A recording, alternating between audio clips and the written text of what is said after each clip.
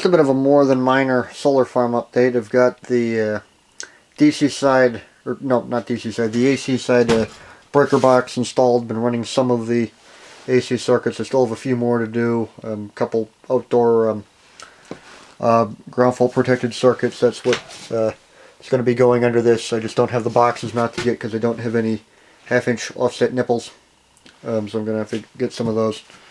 Have the 120 volt lighting circuit, which also is a receptacle because, you know, I'm using these 4-inch J boxes anyway. So might as well just put a receptacle there because otherwise we're over here right now. This isn't live yet, so it doesn't really matter.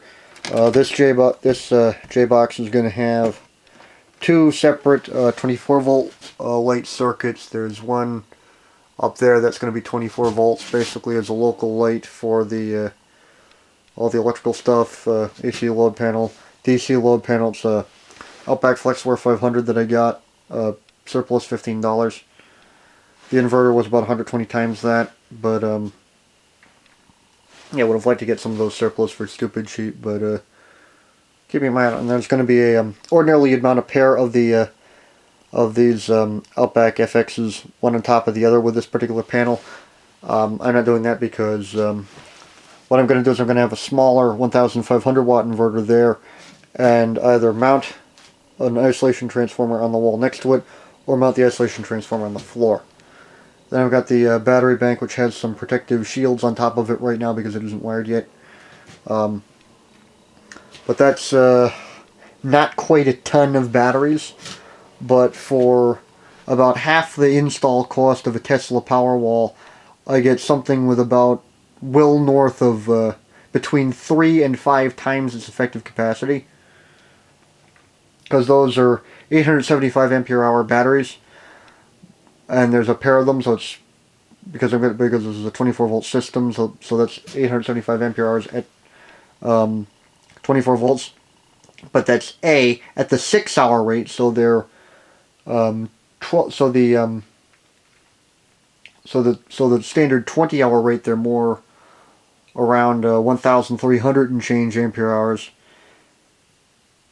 and that's only to 80% depth of discharge. That's not to stone dead. This thing is almost certainly not recoverable the way most lead acid battery manufacturers rate their products. So yeah, that's is a bit of an oversized DC load center, but I got it for really cheap, $15.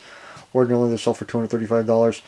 And I'm also using it as a basically the main DC load center for the entire system. So the primary charge controller, secondary charge controller, if I installed them both. Right now I have one as a spare. The inverters, because I'm going to have an extra 1500 watt inverter, as I've already mentioned, the third take of this video. And I'm also going to have a 400 volt ampere 24 volt rotary converter on the floor. That's going to have its own set of control schmoo. But yeah, basically it's an EMP resistant, or more EMP resistant emergency light. That's just a or emergency inverter. That's just a temporary work light. That's one of the 24 volt lights. One of the 124 volt, or one of the 120 volt lights. Other 124 volt light. Other 120 volt light.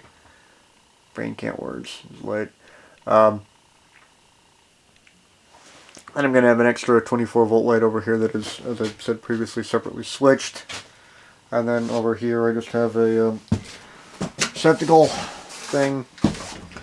I got this all finished for now, but what I'm going to do is I'm just going to add another, hopefully straight nipple if I can find one. Add an extra box down here which has a receptacle, and which has a duplex receptacle and a duplex switch. So basically a pair of individually switched receptacles so that I can just turn on chargers.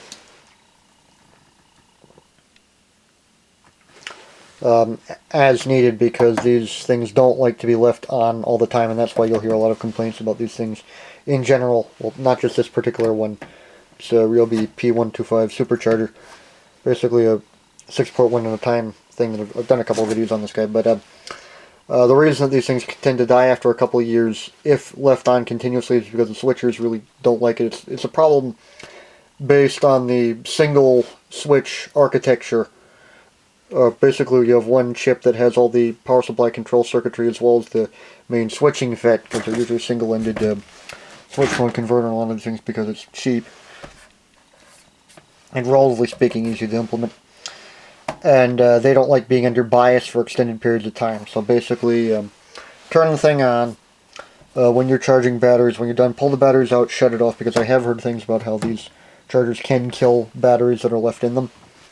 Don't know about this one because this is just a thing for my chainsaw, although I may be getting one of their string trimmers, and they also have a newer version of the chainsaw which comes with a 5 ampere hour, 280 watt hour battery, which on its own sells for $250. The entire kit is $299, so I may get one as a spare just because the electric chainsaws are quite useful for as long as you understand their limitations. But and then I've also got other, and I may actually have more switched receptacles just and more chargers mounted on these walls.